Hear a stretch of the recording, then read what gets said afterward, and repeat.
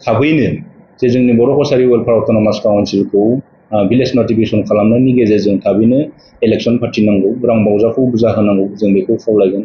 आरो बेजों लोगोसे कार्बि आंलं आरो डिमा हासावआव थानाय बर'फोरनो जे हाजोआरि जि ट्राइबेलनि स्टेटास होनांगौ, दा बेखौबो जोङो होनो थाखाय जोङो सरकारखौ खावलायदों। बेनो बे फोजोबस्रांनायनि जि डिमान्ड, बे डिमान्डआव दङ। आरो बेजों लोगोसे आसाम टेट आरो सिटेट जि बिटिआरनि बायजोआवबो दिनै उथ्रिसारनानै गोबां फोरोंगिरिफोर दङ, बे फोरोंगिरिफोरखौ दिनै रिक्रुटमेन्ट खालामनानै जोङो थाबैनो थिसननांगौ।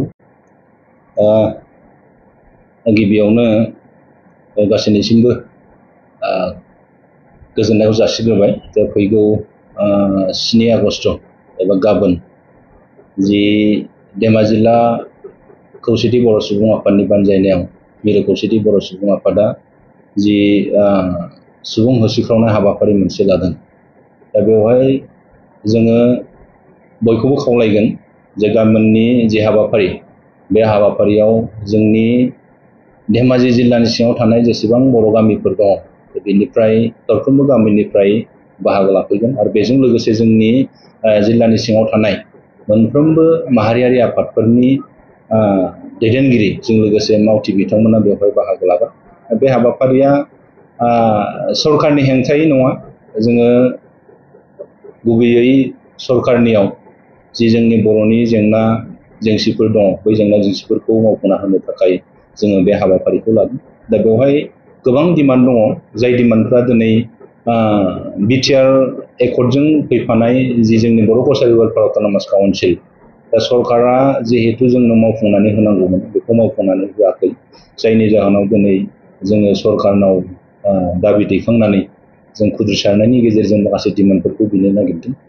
दिनै बिटिआरनि बायजोआव जिहेतु बर' कसारि वेलफेयार अट'नमास काउन्सिल मोनबाय, दा बिटिआरनि बाहेराव गासै 22खान जिहेतु जिल्लाफोर दङ, बै जिल्लाफोरनिफ्रायबो नैबे गाबोननि जानो गोनां जि 7 आगस्ट जानो गोनां जि हाबाफारि, बे हाबाफारियाव मोनफ्रोमबो जिल्लानिफ्राय, मोनसेबो जिल्लाया बेवहाय थाबोआ, मोनफ्रोमबो जिल्लानिफ्राय बेवहाय बाहागो लाफैगोन। दा बे बाहागो लानायनि गेजेरजों जों बेखौनो खावलायगोन जे जोंनो जि बर' कसारि वेलफेयार अट'नमास काउन्सिला दिनैसिमबो भिलेज नटिफिकेसन खालामजोबनानै होआखै। दा दिनै जों सरकारखौ खावलायनो लुबैदों आरो खावलायदों जाहाथे थाबैनो जे जोंनि बर' कसारि वेलफेयार अट'नमास काउन्सिलखौ भिलेज नटिफिकेसन खालामनायनि गेजेरजों थाबैनो इलेक्सन फाथिनांगौ, रां बावजाखौ बुरजा होनांगौ, जों बेखौ खावलायगोन।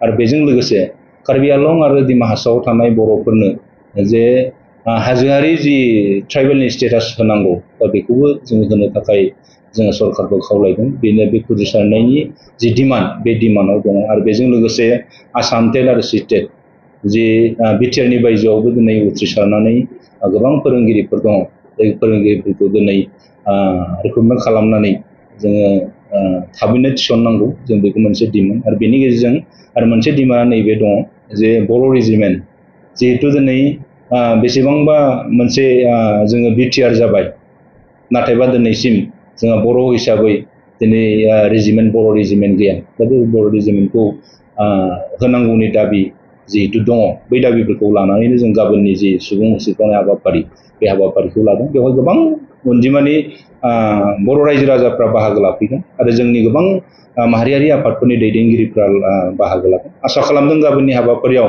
जाहाथे बयबो फैनानै जे गाजा गोमजायै लैहोर लैहोर फैनानै बे जोंनि जा डिमान्डफोर दङ, बै डिमान्डफोरखौ जाहाथे जाफुंसार होनायाव मदद होफैयो, जों बेखौ धेमाजि जिल्ला खौसेथि बर' सुबुं आफादनि जानानै बे समाव जों गासैबो रायजो राजाखौ बाहागो लागोनखौ मिजिंथिदों।